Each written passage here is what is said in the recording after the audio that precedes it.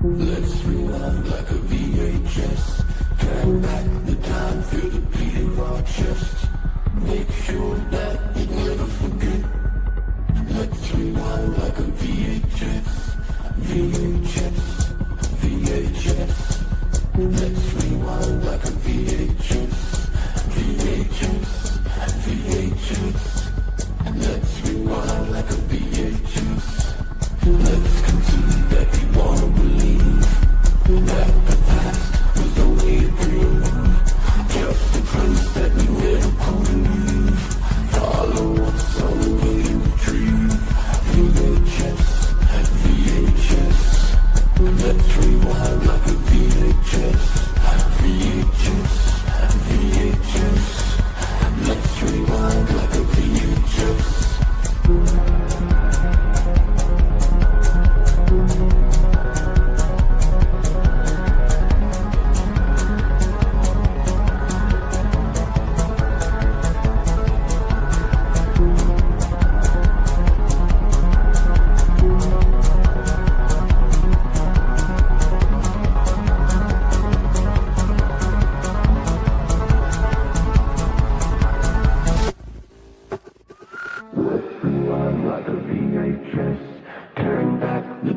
Feel the beat in our chest.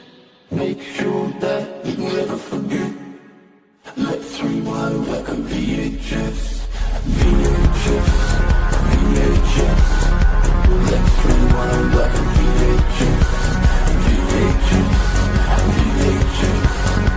Let's rewind like a VHS. Let's concede that we wanna believe that the past was only a dream. Just a place that we never could leave.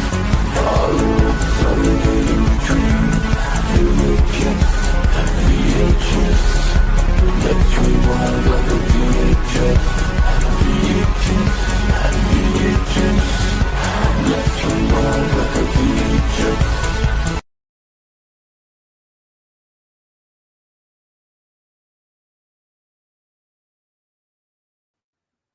What's up, everyone? DJ Nubis here with you on the Meltdown Radio podcast with my co-host and great friend Kevin Lambert from D Entertainment Headquarters.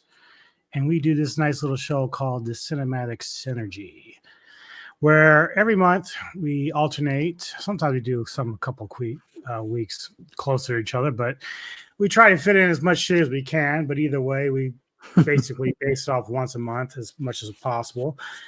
We alternate picks of movies that we go back, review. Could be something we haven't seen before or stuff that we just really like and wanted to revisit.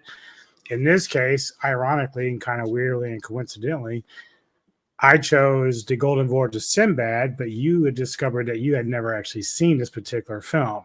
Yes. So, as you know, back during that time, back in the crazy, era of, sci-fi movies and adventure movies, there had been Sinbad movies. There was Jason the Argonaut, there was Clash of the Titans, and obviously Sinbad. So I had seen the other two Sinbad movies that I could recognize, and I just assumed that I had seen them all. And then obviously when you selected this one, I just went into this thinking, like you've just mentioned, we're sometimes on this show watch movies that we've seen previously, but we just really like them and like to give them a review. And so I just assumed that's what I was doing. And then as the film started and progressed, I gradually realized this is a movie I had never seen before. That's great, because I always like it when people see something that I haven't. So it'll be kind of interesting to get your feeling for this. Mm-hmm. So basically, this was directed by Gordon Hessler, stars John Phillip Law as Sinbad, has Tom Baker as Prince Cora, our antagonist, the lovely and beautiful Caroline Munro as Margiana, and a few other names in here. It was funny. It budget was like 982,000, but it ended up doing about 11 million Yeah. in box office, and even now overseas like 37.5. So it did very, very well. It's definitely become like, it's definitely a British classic. It's really well loved here. And I also read on top of it, earning 11 million on a 800,000 budget. It also was the first ever recipient of the Saturn Award for Best Fantasy Film.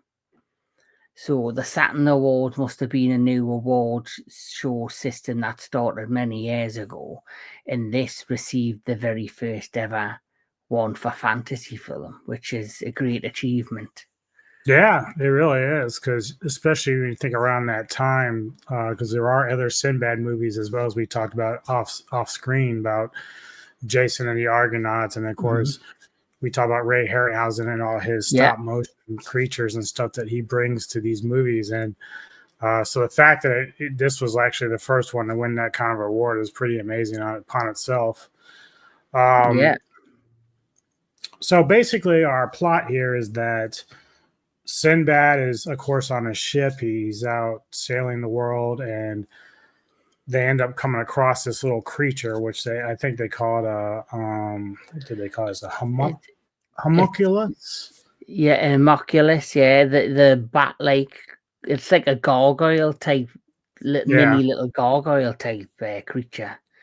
Now, I never really understood why initially it's like hovering above their ship, because it's kind of flying there and it's got this little like trinket with it. Yeah. And so I'm sitting there going, well, these guys are freaking out on the ship, and you got this creature that's flying around, but like one dude decides to get clever and shoot an arrow at it, which knocks whatever it's carrying into the boat, which turned out to be like this third piece to an amulet. Yes. So obviously, I think how the film starts is that Sinbad and his crew are just returning from sea back to the land, and they just happened to, by coincidence, come across the flying creature carrying this amulet, and they shoot it out of the sky and take the amulet off it, not knowing that obviously the creature belongs to a dark sorcerer. And he's got, devious plans that he wants to, bring together with the amulet. So because of that action that Sinbad's took, he's now kind of brought into this plot, as the film progresses. Yeah, so he gets that trinket. And of course, the men on the ship, it's always about superstition. So they're like, you need to throw that shit off the ship, because it's going to bring bad luck. And Sinbad, ever the rebel, he's like, nah, I think I'm just going to put this around my neck. I'm going to wear it like a necklace. He's like showing off his chest hair, making Kevin all happy. And so he gets I was very happy. Gets to the land. And this is where he's confronted by Cora, who is like this magician who's quite evil. And he's like, that piece belongs to me. So Sinbad's like, yeah, I don't think I'm going to give it to you, because he's like, he's always inquisitive, trying to figure out what the plot here is. So he manages to run away, and he's being chased by this guy into the city of Lamura. Yeah, and if you look at Cora, the character Cora, the dark sorcerer, he's played by Tom Baker. Now, Tom Baker, if people don't know who that is, he is a well-known British actor who played Doctor Who many, many years ago, and he's considered one of the best doctors. I think they said that his role in this actually led to that. Yes, so it might have done, definitely, because he's always still talked about many, many years later. He's actually 91-year-old right now, and he's still, he's got quite a recognizable voice. And over here in the UK, he does a lot in radio. He does like a lot of radio teleplays and, talks and does things of that nature, voiceover work. So even at 91-year-old, he's still very much working, and he does a lot still within the he does a lot of the Comic Cons and he does a lot of that for the Doctor Who fans. But I know somebody that actually went to, I think it was the Comic Con in Leeds, in a city not far from me. And he was there and it was all decorated out in Doctor Who, memorabilia. And he talked to them about Doctor Who and managed to get his autograph. But he then mentioned the Sinbad movie because I just texted my friend and said, "You met Tom Baker, who's in this movie I've literally just watched." And he said he actually mentioned Sinbad and he actually told them like the story how he was casting Sinbad before he allowed the next person to come and see him in line. And he says he's just such a fascinating man. So that was just a nice thing to find out. Yeah, it was kind of funny too because obviously I'm a big Caroline Munro fan who plays Morgiana in this. She talks about, like, I was telling Kevin about a few weeks back, I was trying to get Carolyn to see if she could join us to review this film, but her schedule's pretty busy as it is. But she talked about in some past interviews where she actually went to audition with, I believe it was Hessler and Harryhausen, because Harryhausen was a big part of even producing these. Like, despite his special effects work, he was one that was driving these movies because he was a bigger part in it. So apparently he and Hessler were the ones that, auditioning Monroe, and she wasn't sure if she was going to get the part, but they ended up calling her. So she ended up becoming pretty good friends with Harryhausen going forward. Yeah, and then so I thought that was kind of a story. Yeah, and then she later went on to do the Hammer horror stuff. Yeah. She's just released a video of her promoting the new Kronos box set. Oh, see, I gotta go watch that. So I just caught her on Instagram of sitting there, and I know it was promoted a while ago that they were doing this box set with, lots of, things attached to it. And there's a video on our official, I think it's either our Instagram or Facebook page, where they hand her the box set and she goes through it and she's just in awe of it. And the detailing of this box set is just outstanding. And speaking of Caroline Munro, as I told you earlier, she's still, like you mentioned, but couldn't get her on the channel because she is a very busy lady. She does do a channel segment here in the UK. There's a channel called Talking Pictures that's dedicated to cult classic movies and interviews with different people. And she does her own segment where she does her own take and mini intro to a classic movie, and it's something that I have watched a number of times. And in fact, the next one she's doing is about the movie Life Force. So that's something I'm very much looking forward to watching. Yeah, that's a cool thing. And of course, for those, like I said, for those that are watching, I am a big Caroline Munro fan. She's actually we all did our top 25 Screen Queens a while back video. We had a couple other guests, Tony of the Dead and Crip from Metalomania, and she was my number one. And then I just put together like a nice little musical tribute video for her just a few days ago. So, and it's actually got over like almost 300 and something views. So, I mean, must be hitting some marks there. So that's pretty good. Yeah. Well, anyone in the UK, if you do have, cable, check out Talking Pictures and check out her show, which is called The Sellers Club with Caroline Munro. And it's on at 10:20 on Wednesday nights. Very cool. So back to this. So they end up he ends up being chased by Cora into Lemuria. And as he's in there, he runs into a sultan named, I guess they call him the Visor, Grand Visor Malawi. He's filling in for an heir that's not there. So and he wears like a mask. So he's disfigured in the face, and he wears this mask to hide that. And of course, this is our boy Sinbad with his little amulet there. So anyway, the whole thing about the amulets that they're trying to, like, Korra's trying to get them together, because once you have all the pieces, you go to this which is basically called the Fountain of Youth, and it will give you like eternal life. That's what he's looking at. But he has like a couple of pieces already, so I think Sinbad has like the third that they need. Yeah. That he needs.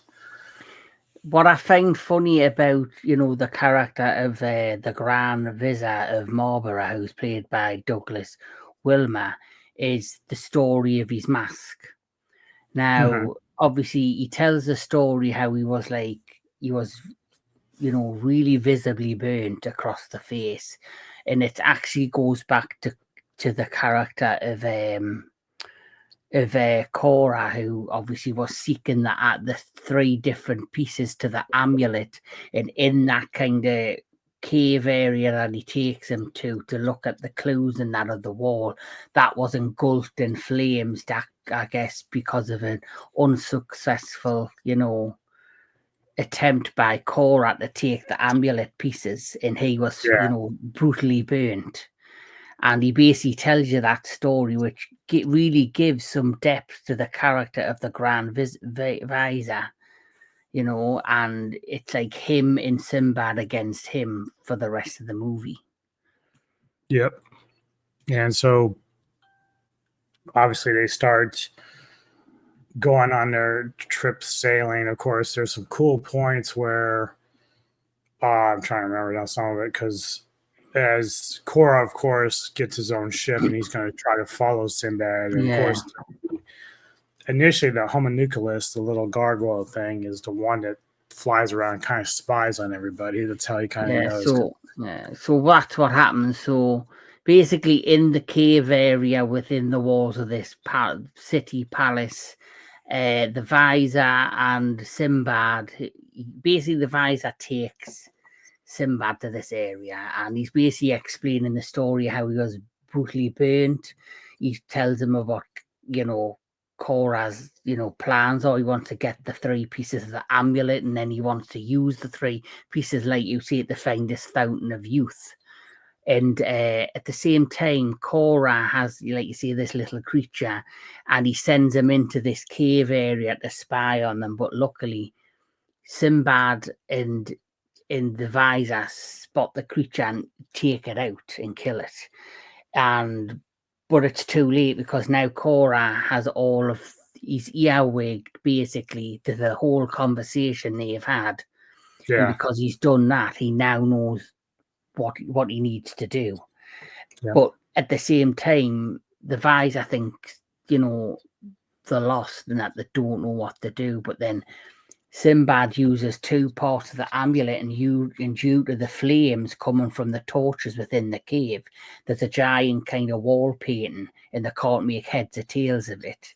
And then when he gets, so then he gets the two pieces of the amulet, clicks them together, and as he maps it onto the wall painting, as the flames are creating like light, it's showing a map, a navigational map. And so basically that's what happens. And now Korra knows this as well, that they have two parts of a map. But then the creature gets killed. The Vizir says, I need you to get your ship ready. And then Korra then manages to, persuade a captain and his ship to chase after them. At the same time as all that's going on, I guess Sinbad decided to relax in the market of that town, that village that he's at. And this is where it looks like he's being spied upon or chased by these two men. But it turns out one of the men is just a father who he has a son who's just like a bum. He's just got no ambition, got no drive. He just wants to sit around, drink all day, sleep with women. He's like just a crazy teenager. And he begs Sinbad for $500 to take him away, or £400 to take him away. And say, I want to take him away, make him a man. Make him a man. And Sinbad's like, I'm trying to remember what exactly is his name again, because he is actually pretty funny. He brings the comedy to the show, to the movie. But that's something else too that we didn't really quite mention initially is Sinbad at some point has like this vision. And so he sees a few different things. And one of the things he sees is like a hand with like an eye painted on the palm. Mhm. And so as the Sultan is asking him to try and take his son on the ocean, Sinbad's like, looking at this dude, he looks like Prince Valiant who's trying to fall asleep here. I don't know if I can use him. He just doesn't look very motivated. But in comes the slave girl, Moriana, who played by, of course, Munro. She's a servant girl. And so there's a point where she's pouring them tea or whatever it is they're drinking. And he sees that she actually has that eye symbol on her palm. So now he's like curious. He's like, okay, I have to talk to her. I've seen that. And so what ends up happening, the Sultan's like, oh, dude, you want this chick? I'll give her. You take my son, too. It's like the part of make him a man and make him a man. Yeah, it's a package deal, man. You can have her if you take my son with you. So Sinbad's like, okay, just send him to my ship. And there's a really interesting moment. It's not a huge deal. It's actually cute and enduring. But obviously when Moriana's on the ship waiting,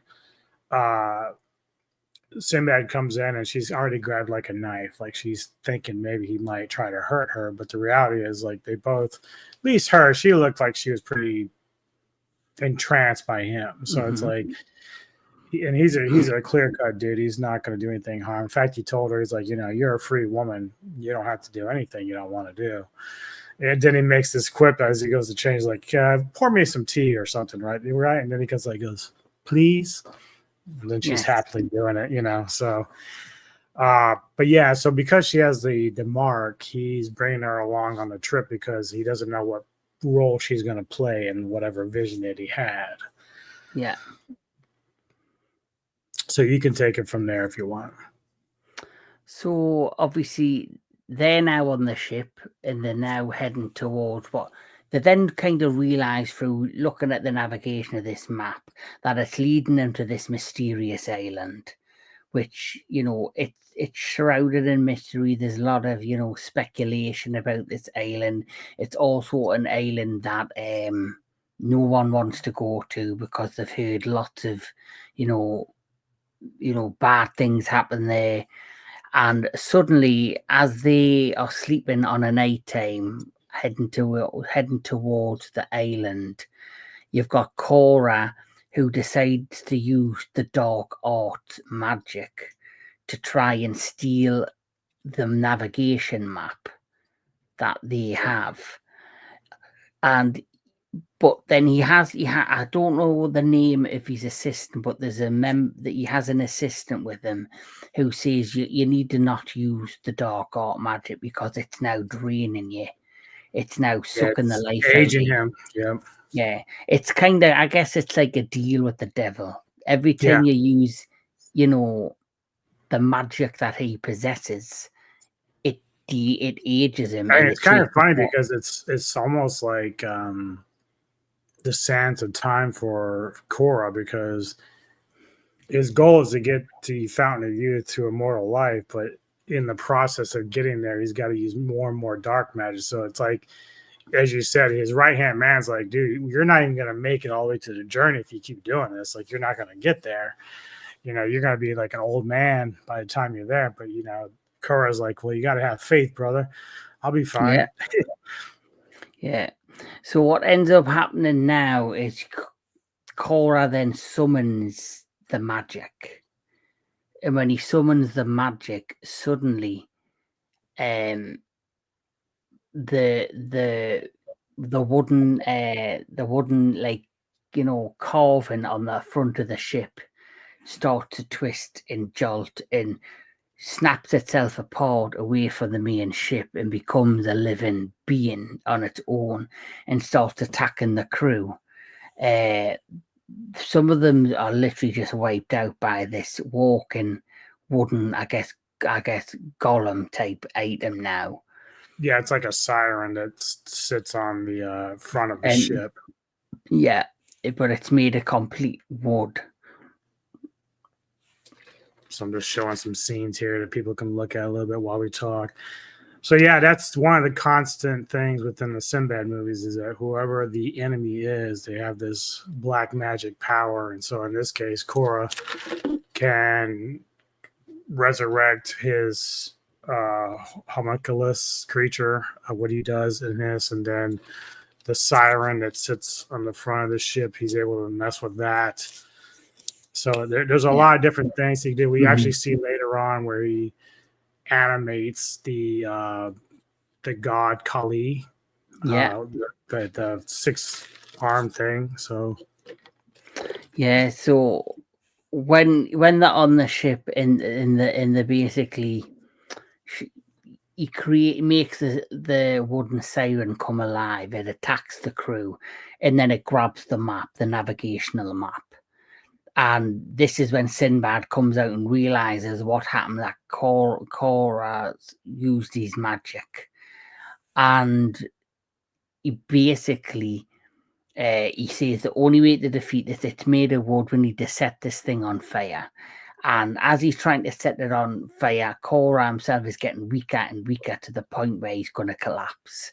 So he ends up telling the wooden siren to go into the ocean.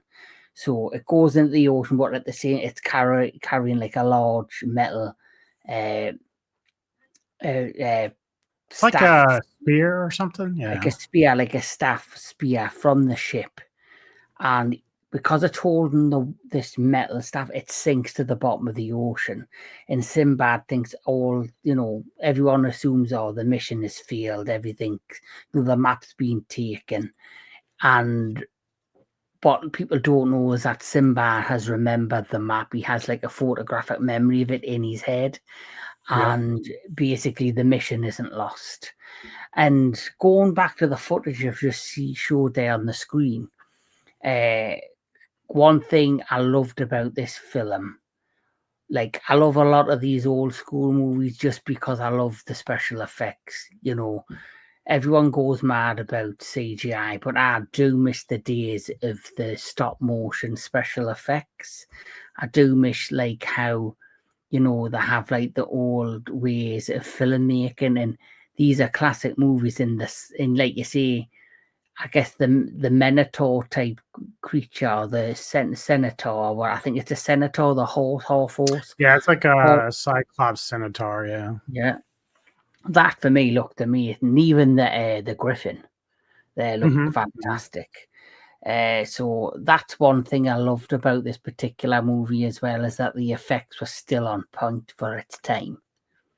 Yeah, it's, we talk about it a lot. We talked about a little bit with King Kong last night. It's that, the work that goes into doing stop motion is a lot. It's a lot of work, a lot of hours put in. I remember Hausen, like I watched a doc on Harryhausen some years ago, and he talked about with stuff like Sinbad movies and stuff, or Clash of the Titans, where it took like almost 140 hours to get those things the way they look when we watch them in fast motion. So it's hard to really appreciate what you're seeing. Like people, like modern young people will watch these films and they don't know what it actually took to do that. Like, it's like they think, just got some guys in suits and shit. It's not really how it works. Yeah, I think a lot of this is like model figurines that you have to adjust like inch by inch, click, click, click, click. Yeah. So it's like taking like a book that you used to take where you run the pages and you have like little cartoon figures. You have to sit there and draw each movement. So with these figurines, you had to do the same thing. You had, if they were gonna, if it's gonna stab you with a sword, it's like and you just keep going, and it's like so many hours and a lot of work, but it pays off. It pays off. I think if you're just, especially this generation, they're that used to CGI that they don't really take in the art form of filmmaking that it took to make. Like, if a young person now were to watch a film like this, unless you're respectful and you have a passion about the art of filmmaking, you're probably just going to laugh at it and take the piss out of it. Where I grew up with that kind of filmmaking. And even if I didn't, because I have a passion of movies and I've got a passion about entertainment and I like talking about movies, I'm willing to give every kind of filmmaking the opportunity, because I like to educate myself on what a filmmaker has put himself through to put what he's put on screen. And it's always disheartening when you see or hear stories where, fair enough if a film fails at the box office, but the one thing I will never ever take away is that a person has put his vision out there, whether everyone agrees with his vision, in the hours it's taken, not just the director or the actors, but it's all of the crew behind it all that puts it together. Even the person at the end of the day who, they've done a day's filming and he's got his mop and he's cleaning up the set when everyone's back in the trailer or heading back to the hotel to have, a nice warm meal, and he's there sweeping. That person's contributing to what we're going to later see on screen. And I don't think anybody sitting back watches these films, they'll probably just laugh at them, but they don't remember or think or show the respect that truly filmmakers deserve. Even classic we talk about with filmmakers. the special effects, like The Thing or Howling. It's a lot of detail and a lot of work, but man, the payoff is just, it makes you believe that some of that stuff is real. Like, if you look at a modern werewolf movie, that's using nothing but CGI, you can tell that it's CGI. Like, you can just tell it doesn't really meet it. So like it works a lot different with, like, say, Godzilla or something like that, because you're using bigger creatures and it's different than watching them in the suits. But when you're looking at stuff like this with Sinbad or Clash of the Titans, and then flash forward to 2010 with the remake of Clash of the Titans, it's night and day. You can tell. And the detail for, like, the Kraken and Clash of Titans, like, worlds different. And same with these creatures here. So yeah, it's you and I, we can appreciate a lot of what it's put into these films. And there are some filmmakers that still want to use the classic ways of filmmaking. So even though it wasn't as good as the original, and it's more or less a legacy sequel, obviously last year I did go to the theaters to watch the Beetlejuice. So even though I didn't enjoy it as much as the original, I appreciated what Tim Burton did, and the fact that he used a lot of the old school filmmaking, like some of the characters were all puppetry, the set design, everything about the film. Yes, it was modern, but it had like this old school feel to it. And it did feel like watching the original and the second one, you could watch them back to back and they slide it into each other, really comfortably. And you don't get that with a lot of modern films. And it's even like the modern Alien Romulus. He went back to suits. He went back to puppetry. Like, there's that amazing scene where they're going through the corridors and they've put the coolant on to kind of hide the temperature so the face huggers can't pick them up. But then there's hundreds of face huggers crawling around the floor, and that isn't CGI, that's actually puppets on the floor. So, and it worked. So it just shows you do, depending on the film you're trying to make, there is room for all types of filmmaking, even the good classic style. Yeah. So as they're pushing on, they end up getting to, I think, is it an island they were going to? They were going to the mysterious island. It had a name. Is it Lemera Island? The lost continent of Lemera. Yeah. So yeah, I was wrong the first time. The city they were in was not Lemera. Lemera is where they're going for the Fountain of Youth, the Fountain of Destiny, as they call it. Yeah. It's like a lost continent. So they get there, and obviously when they get there, there's a point where they come across like this tribe, and the tribe, it worships they're actually part of the protectors of the fountain, but there's this creature, which you mentioned, the centaur with the one eye, is actually the guardian of the fountain. Yeah. But this tribe like worships this creature, and so initially Kuro, they were going to try to attack Kuro, and he uses his magic again to bring to life the as we talked about Kali, the god that they worship, and so he's able to kind of keep the tribe at bay, and actually uses it to attack Sinbad and them as they try to fight it, which I always thought was cool when Kuro's like, attack, kill, and then he throws the Kali this one sword, and all of a sudden he just throws up 5 more swords. He's like, I like the beginning of that sequence where Korra goes into the cavern where all of the villagers are, who all look freak out and green. They're reminded me of the Morlocks from the Time Machine for some reason.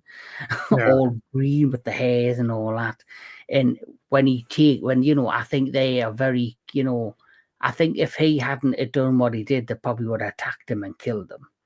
So what he did is he used his magic once again, and he brought the statue to life, and he was like, walk to me, then he was like, dance, and he was showing that to the people that he had control of their idol, their god, and they then suddenly were under his control, the whole people on the island. And then, of course, when Sinbad turns up, he then turns Kali onto them. Yep. Yeah, the dancing was really cool too. I thought that was cool. He was doing a head shaking. Yeah, but prior to that happening, he's got Caroline Munro's character. For what was the name of her character again? Moriana or Morjania. Right, so you get Moriana, and he basically sends her down to like this pit area with an opening, and then that's when you're first introduced to the Cyclops Senator, who then comes and picks her up and takes her away. And then Sinbad, after the fight Kali, they know that the villagers are going to go crazy because they've basically smashed the statuette of Kali. They then, the only way to escape is to go down the same area, down using this wood rope lift. They get down there, they then go through the walkway. But as that's happening, Korra's used this whole thing as a diversion to find the fountain. But the more curious thing about it, when he gets to the fountain, he's very old. He's like so frail that he's trying to grab the pieces of the amulet to try and put it together, and he kind of knocks a part of it into the fountain. And during this period, Sinbad comes across the Cyclops Senator to manage to get away from it. He then finds her, takes that and escapes, and then he gets to the fountain, and he comes across Korra, saying some sort of enchantment to the fountain. And as he's there, Korra turns around and he's completely de-aged. He's now youthful. It's kind of worked. And he now was going to use the powers or whatever he's gained from the fountain to take over, the kingdoms of, around him. And this is when suddenly he summons, this is the bit I got confused with. Did he actually have control of the Cyclops Senator, or did it just was a coincidence that it turned up, and then all of a sudden this griffin miraculously turns up at the same time? So I think it's a combination of things. So one thing that people want to know, if whoever watches this film, is that we do find that Moriana has like another kind of purpose. So she ends up showing her hand to the tribe, and that's when they think, oh, well, she's part of our god, that centaur thing. They're like, oh, wow. But instead of basically saying, yeah, we're going to worship you with him, they actually offer her as a sacrifice. So, but down, as you talked about with the griffin, like as they're fighting, there is a moment where whether it's his conscience or something else, it tells him that, you can choose the fate or something like that to what happens. And so really the griffin's actually beating the centaur's ass. And then I think Kuros like stabs the griffin in the back leg or something. It actually weakens his position on the centaur, so the centaur is able to get the advantage. And that's, of course, what leads to the centaur defeating the griffin at that point. Yes. And, this is, the griffin is defeated by, the senator, thanks to Cora. And then Sinbad and his men then have to battle the senator, which they were also able to defeat. But I found this very curious. As the senator dies, it lies across the griffin, which was really great because they were talking about the Guardian and this dark force and the combination. So it was like the dark force and the Guardian had become one.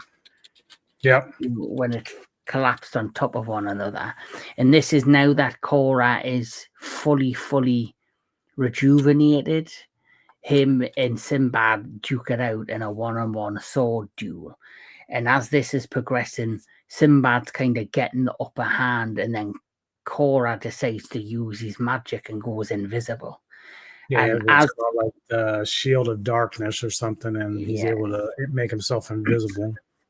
So as they're battling, Sinbad is like struggling to take on Cora because he doesn't know where he is. So smartly, Sinbad leads him to the waterfall, which was like the fountain of youth. So as he gets to the waterfall, he kind of positioned himself for Cora to go within the water, the splashes of the waterfall.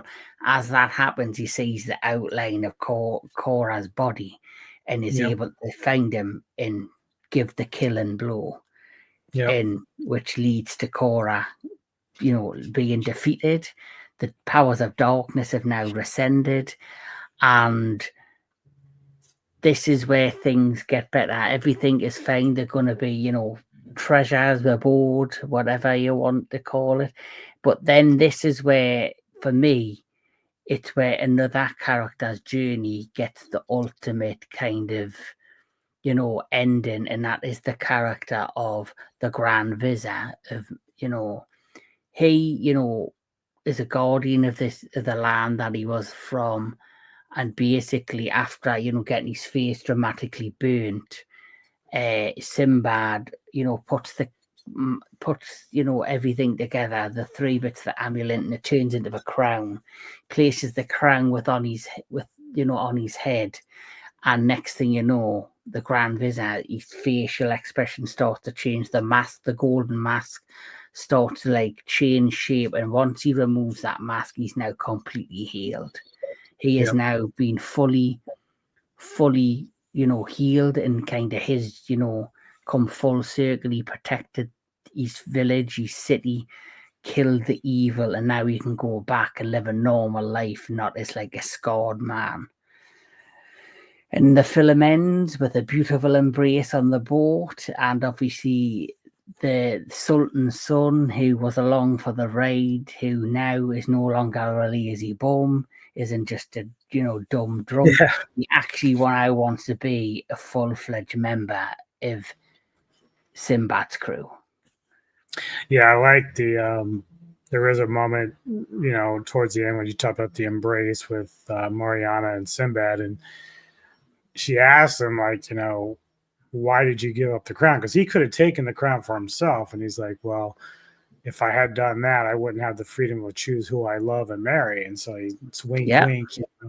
So, I thought that was kind of a cool thing, which was true. Like, there's a lot of responsibility if you become king of a kingdom or whatever. So sometimes your lovers or wives are chosen for you. So, especially back then when that age, so like he did. I think Sinbad always loved the freedom to sail and do his thing his way. It's almost like old school Jack Sparrow, Yeah, but I find with this version of Sinbad, he's obviously very loyal. He's a man of the ocean, man of the sea. He loves the adventure. He loves the open water.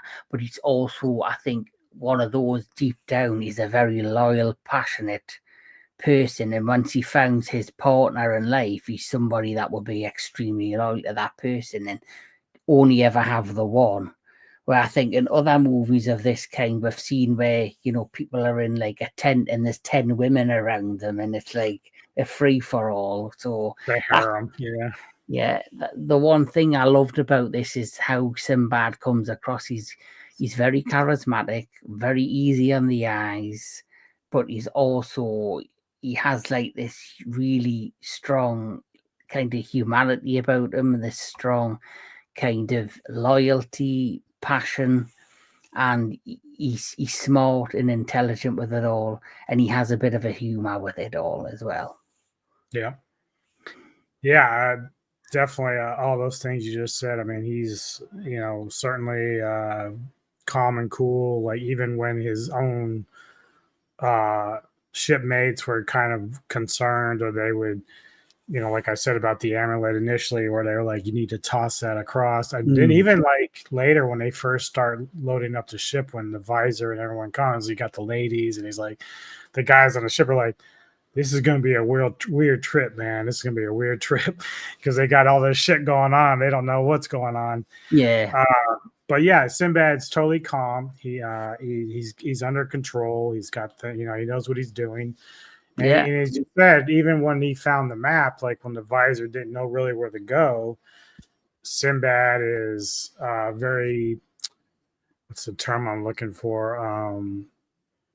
It's not really versatile, but he's able to create something out of nothing. So he's very thoughtful in terms of how he can find the next thing to go to. Yeah. So he found the map. He said, you know what? This looks a lot like a navigational map. So this is what we should go with.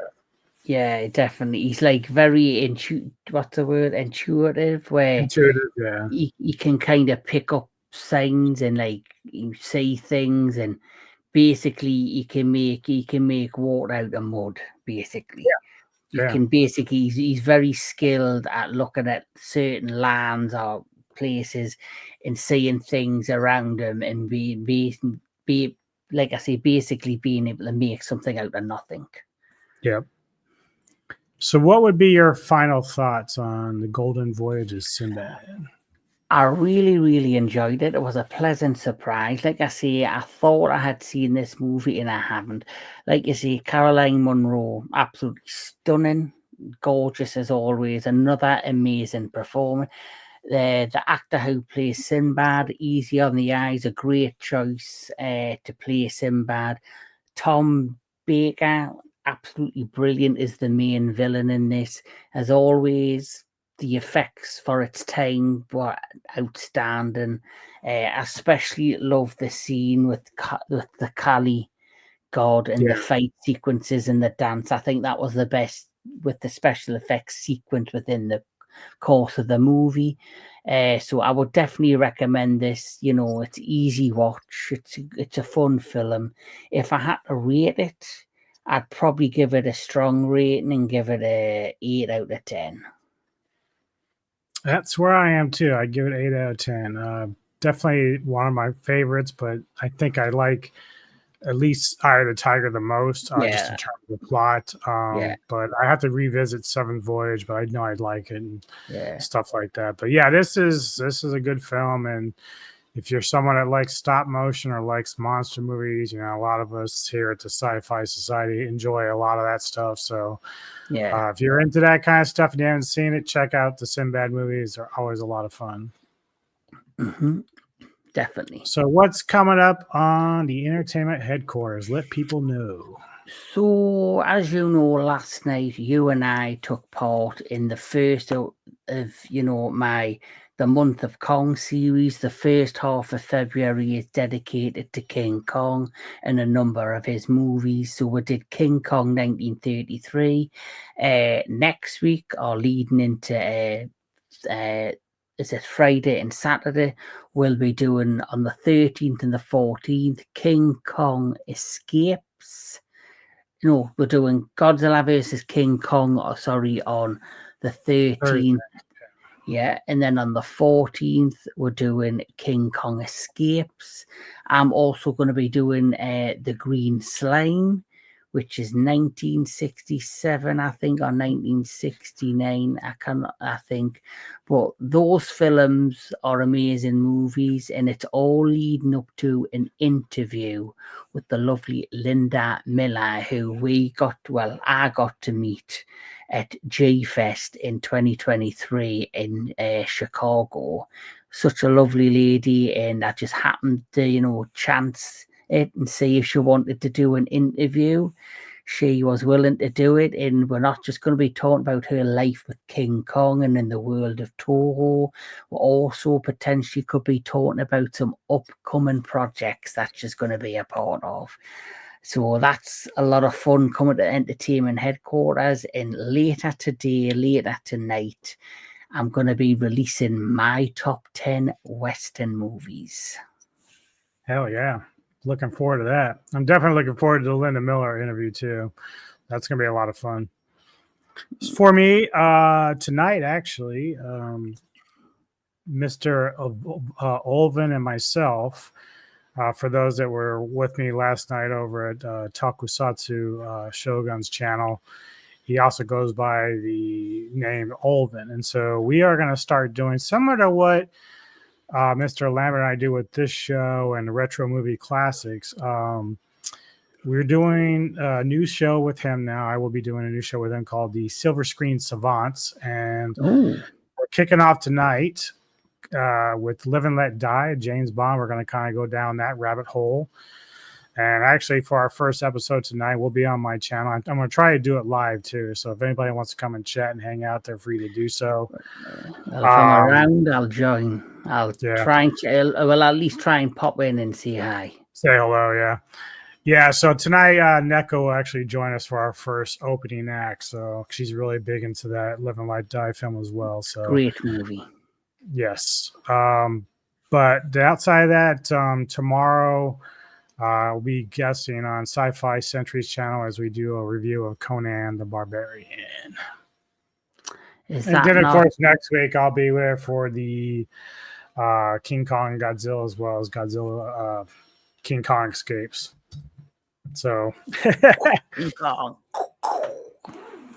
But if you have not, please go and like and subscribe to the Entertainment Headquarters. A lot of great fucking content over there, folks. A lot of and he's a massive part of it as well, by the way. If you see my nice little colorful background, that's due to this guy over here, which I'm so bad at my reverse mirrors. But anyway, like and subscribe to the Milltown Radio podcast, please. We enjoy the support. If you got any comments about this movie, let us know. What'd you think? Are you a fan of the Sinbad series? Let us know, man. And also, as always, we told you, same thing with Tony and I. You guys got any suggestions? You want us to go down and review something? Let us know. We're glad to do it. That's all I got for you. Maybe we should do a poll, like what I've done on my channel. Put it in the comment section. You come up with, say, 2 movies. I come up with 2 and see which one comes out the winner. Yeah, let's do that. Yeah, we'll do that. We'll let you do that. We'll let the people and guess people's what? Choice. The people's choice. I was just about to say, because that's what we did last weekend or the weekend before on my channel. I do a segment called Kaiju Connections, where we review all the giant monster movies. And I think it was November time, I put out a poll on my channel to see what films somebody would want us to review, in 18 votes, and we did The Giant Behemoth, which my friend here was a part of. So let's do it on the Metal Tavern Radio. Yep, let's get it done. Have some fun with the audiences. Yep. All right. Well, thank you all for joining us today, and appreciate the support as always. And we'll see you next time on the Metal Tavern Radio podcast. Just